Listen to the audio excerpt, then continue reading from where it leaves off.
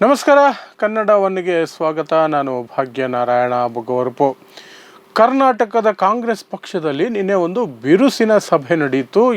ಎಲ್ಲಿವರೆಗೆ ನಡೀತು ಅಂದರೆ ಮಧ್ಯರಾತ್ರಿ 3 ಗಂಟೆ ದಾಟಿ ಆ ಸಭೆ ನಡೀತಾನೆ ಇತ್ತು. ಆ ನಂತರ ಅಲ್ಪಸಂಖ್ಯಾತ ವಿಭಾಗದ ಸಚಿವರು ಆಗಿರುವಂತಹ ನಾಯಕರು ಆಗಿರುವಂತಹ ಜಮೀರ್ ಅಹ್ಮದ್ ಖಾನ್ ತುಂಬ ಸಿಟ್ಟಿನಿಂದ ಆ ಸಭೆಯಿಂದ ಹೊರ ನಡೀತಾರೆ. ಯಾಕೆಂದರೆ ಅವರು ಬಯಸಿದಂತಹ ಒಂದು ವ್ಯಕ್ತಿಗೆ ಒಂದು ಹುದ್ದೆಯನ್ನು ಕೊಡೋದಕ್ಕೆ ಕಾಂಗ್ರೆಸ್ ಪಕ್ಷ ಸಿದ್ಧವಾಗಿರಲಿಲ್ಲ. ಅದರಲ್ಲೂ ವಿಶೇಷವಾಗಿ ಸಾಮಾನ್ಯವಾಗಿ ಯಾವುದೇ ರೀತಿಯಾದಂತಹ ತಿಕ್ಕಾಟಕ್ಕೆ ಅವಕಾಶ ಕೊಡದೇ ಇರುವಂತಹ ಮಲ್ಲಿಕಾರ್ಜುನ ಖರ್ಗೆ, ಕಾಂಗ್ರೆಸ್ ಪಕ್ಷದ ರಾಷ್ಟ್ರೀಯ ಅಧ್ಯಕ್ಷರಾದ ಮಲ್ಲಿಕಾರ್ಜುನ ಖರ್ಗೆ ಅವರು ಪಟ್ಟು ಹಿಡಿದು ಕೊಡ್ತಾರೆ.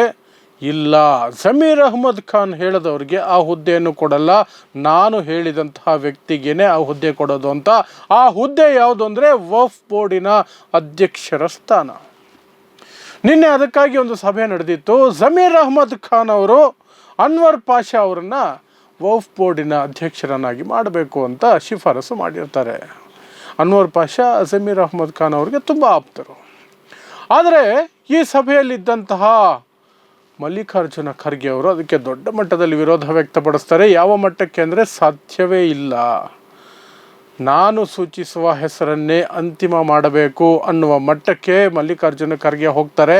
ಮಲ್ಲಿಕಾರ್ಜುನ ಖರ್ಗೆ ಅವರು ಸೈಯದ್ ಅಲ್ ಹುಸೇನಿ ಅನ್ನುವಂತಹ ವ್ಯಕ್ತಿ, ಸೈಯದ್ ಅಲ್ ಹುಸೇನಿ ಅವರನ್ನು ಅಧ್ಯಕ್ಷರನ್ನಾಗಿ ಮಾಡಬೇಕು ಅಂತ ಪಟ್ಟು ಹಿಡಿತಾರೆ. ಇದು ಜಟಾಪಟಿ ನಡೀತಾನೆ ಇರುತ್ತೆ. ಮಧ್ಯಪ್ರವೇಶ ಮಾಡಿದಂತಹ ಸಿದ್ದರಾಮಯ್ಯನವರು ಸರಿ ಅಧಿಕಾರ ಹಂಚಿಕೆ ಮಾಡಿಬಿಡೋಣ, 2.5 ವರ್ಷ ಅವರಿರಲಿ 2.5 ವರ್ಷ ಇವರಿರಲಿ. ಆದರೆ ಖರ್ಗೆ ಇದಕ್ಕೆ ಸುತ್ತಾರಾಮ್ ಒಪ್ಪೋದಿಲ್ಲ.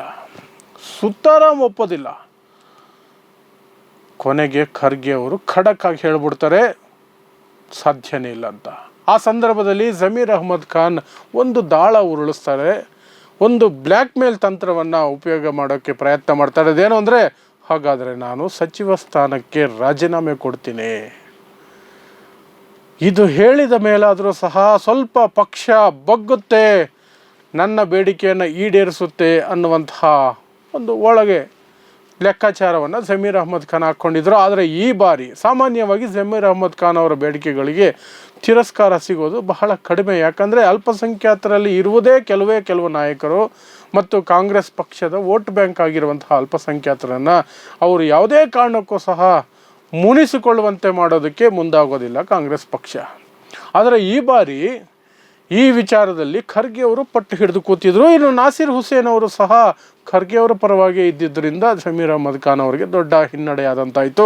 ಕೊನೆಗೂ ಸಹ ಅನ್ವರ್ ಪಾಷಾ ಹೆಸರನ್ನು ಒಪ್ಕೊಳ್ಳೋದಕ್ಕೆ ಖರ್ಗೆ ಒಪ್ಪಲಿಲ್ಲ. ಸಚಿವ ಸ್ಥಾನಕ್ಕೆ ರಾಜೀನಾಮೆ ಕೊಡ್ತೀನಿ ಅಂತ ಜಮೀರ್ ಅಹ್ಮದ್ ಖಾನ್ ಅವರು ಬೆದರಿಕೆ ಹಾಕಿದರೂ ಸಹ Mallikarjuna Kharge no, not possible ಅನ್ನುವುದಕ್ಕೇನೆ ಅವರು ಗಟ್ಟಿಯಾಗಿ ನಿಂತಿದ್ದರು. ಕೊನೆಗೂ ಸಹ ಜಮೀರ್ ಅಹ್ಮದ್ ಖಾನ್ ಅವರ ಬೇಡಿಕೆ ಈಡೇರಲಿಲ್ಲ. ಅವರು ಸಿಟ್ಟು ಮಾಡಿಕೊಂಡು ಮಧ್ಯರಾತ್ರಿ 3 ಗಂಟೆಗೆ ಸಭೆಯಿಂದ ಕೋಪದಲ್ಲೇ ಹೊರಗೆ ಹೋಗ್ಬಿಡ್ತಾರೆ. ಆ ನಂತರ ಬೆಳಗಿನ ಜಾವಕ್ಕೆ ಈ ಸೈಯದ್ ಅಲ್ ಹುಸೇನಿ ಅನ್ನುವಂಥವರ ಹೆಸರನ್ನು ಅಧ್ಯಕ್ಷರನ್ನಾಗಿ ನೇಮಕ ಮಾಡಿ ಕಾಂಗ್ರೆಸ್ ಪಕ್ಷ ಘೋಷಣೆ ಮಾಡುತ್ತೆ, ಸರ್ಕಾರ ಘೋಷಣೆ ಮಾಡುತ್ತೆ. ಯಾಕೆ ಈ ವಕ್ಫ್ ಬೋರ್ಡ್ದು ಈಗ ಇಷ್ಟು ಇಂಪಾರ್ಟೆಂಟ್ ಆಗುತ್ತೆ ಅನ್ನೋದಾದರೆ ನಿಮಗೆಲ್ಲ ಗೊತ್ತೇ ಇದೆ. ವಕ್ಫ್ ಬೋರ್ಡ್ ತಿದ್ದುಪಡಿ ಮಸೂದೆಯನ್ನು ಕೇಂದ್ರ ಸರ್ಕಾರ, ಮೋದಿ ಸರ್ಕಾರ ತರೋದಕ್ಕೆ ಹೊರಟಿದೆ. ಸಂಪೂರ್ಣವಾಗಿ ಏನು ಮುಸ್ಲಿಮರ ಹತೋಟಿಯಲ್ಲಿತ್ತು ವಕ್ಫ್ ಬೋರ್ಡ್ ಅಥವಾ ಅವರ ಅಧಿಕಾರದಲ್ಲಿ ಆಡಳಿತದಲ್ಲಿ ನಡ್ಕೊಂಡು ಹೋಗ್ತಿತ್ತು, ಅದಕ್ಕೆ ಕಡಿವಾಣ ಹಾಕಬೇಕು ಅನ್ನುವಂತಹ ಉದ್ದೇಶದಿಂದ ಮೋದಿ ಸರ್ಕಾರ ಅಲ್ಲಿ ಮುಸ್ಲಿಮೇತರರೂ ಸಹ ಇರಬೇಕು, ಆ ಮಂಡಳಿಯಲ್ಲಿ ವಕ್ಫ್ ಬೋರ್ಡಿನ ಮಂಡಳಿಯಲ್ಲಿ ಮುಸ್ಲಿಮೇತರರು ಸಹ ಇರಬೇಕು ಅನ್ನುವಂಥದ್ದನ್ನು ಸೇರಿಸಿ ಸಾಕಷ್ಟು ಬದಲಾವಣೆಗಳನ್ನು ಮಾಡುವ ಮೂಲಕ ವಕ್ಫ್ ಬೋರ್ಡನ್ನು ಒಂದು ದುರ್ಬಲ ಒಂದು ಮಂಡಳಿಯಾಗಿ ಮಾಡೋದಕ್ಕೆ ಮೋದಿ ಸರ್ಕಾರ ಹೊರಟಿದೆ. ಅದಕ್ಕೆ ಕಾರಣಗಳು ನಿಮಗೆ ಗೊತ್ತೇ ಇದೆ. ಮೋದಿ ಸರ್ಕಾರಕ್ಕೆ ಮತ್ತು BJPಗೆ, RSSಗೆ ಅಲ್ಪಸಂಖ್ಯಾತರು, ಅದರಲ್ಲೂ ವಿಶೇಷವಾಗಿ ಮುಸ್ಲಿಮರ ಬಗ್ಗೆ ಇರುವಂತಹ ಅತಿರೇಕದ ಪ್ರೀತಿ ನೀವು ಅರ್ಥ ಮಾಡಿಕೊಂಡ್ರೆ ಸರಿ. ಆ ಪ್ರೀತಿಯ ಕಾರಣಕ್ಕಾಗಿ ಮುಸ್ಲಿಮರನ್ನು ಹೇಗಾದರೂ ಮಾಡಿ ಅವರ ವಕ್ಫ್ ಬೋರ್ಡ್ ಏನಿದೆ, ಆಸ್ತಿಗಳು ಲಕ್ಷಾಂತರ ಕೋಟಿ ಬೆಲೆ ಬಾಳುವಂತಹ ಆಸ್ತಿಗಳು, ಅದರ ಮೇಲೆ ಹತೋಟಿ ಸಾಧಿಸಬೇಕು ಅನ್ನುವಂತಹ ಉದ್ದೇಶದಿಂದ ಕೇಂದ್ರ ಸರ್ಕಾರ ಅದು ಮಾಡೋಕ್ಕೆ ಹೊರಟಿದೆ. ಆ ಹಿನ್ನೆಲೆಯಲ್ಲಿ ವಕ್ಫ್ ಬೋರ್ಡ್ ಈಗ ತುಂಬ ಬಿಸಿಯಾಗಿರುವಂತಹ ಚರ್ಚೆಯ ವಿಚಾರ.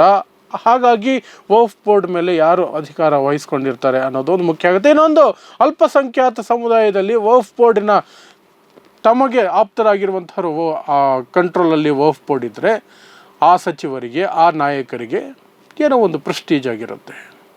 ಮತ್ತು ಸಾಕಷ್ಟು ವಿಚಾರಗಳಲ್ಲಿ, ಆ ವಕ್ಫ್ ಬೋರ್ಡಿನ ವಿಚಾರಗಳಲ್ಲಿ ಅವರಿಗೆ ಅಧಿಕಾರಗಳಿರ್ತವೆ. ಸಮುದಾಯದಲ್ಲಿಯೇ ಅದನ್ನು ಹೇಗೆ ಬಳಸ್ಕೊಳ್ಬೇಕು, ಯಾರಿಗೆಲ್ಲ ಅದರಿಂದ ಅನುಕೂಲ ಮಾಡಿಕೊಡಬೇಕು ಅನ್ನೋದ್ರ ಬಗ್ಗೆ ಸಹ ಅವರಿಗೆ ಸಾಕಷ್ಟು ರಿಯಾಯಿತಿಗಳು ಇರ್ತವೆ ಅಂತ ಹೇಳ್ಬೋದು. ರಿಯಾಯಿತಿ ಅಂತಲೇ ಹೇಳ್ಬೋದು.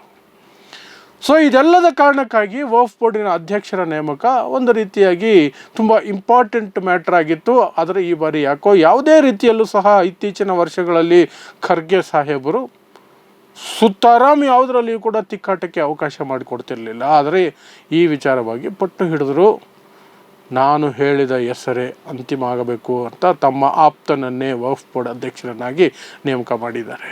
ಇದು ನಿನ್ನೆ ರಾತ್ರಿ ಕಾಂಗ್ರೆಸ್ ಮೀಟಿಂಗ್ನಲ್ಲಿ ನಡೆದಂತಹ ಹೈಡ್ರಾಮಾ.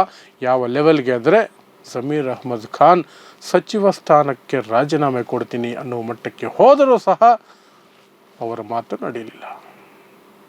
ನೋಡ್ತಾ ಇರಿ ಸಮಾಜಕ್ಕಾಗಿ ಕನ್ನಡ 1 ನ್ಯೂಸ್. ನಮಸ್ಕಾರ.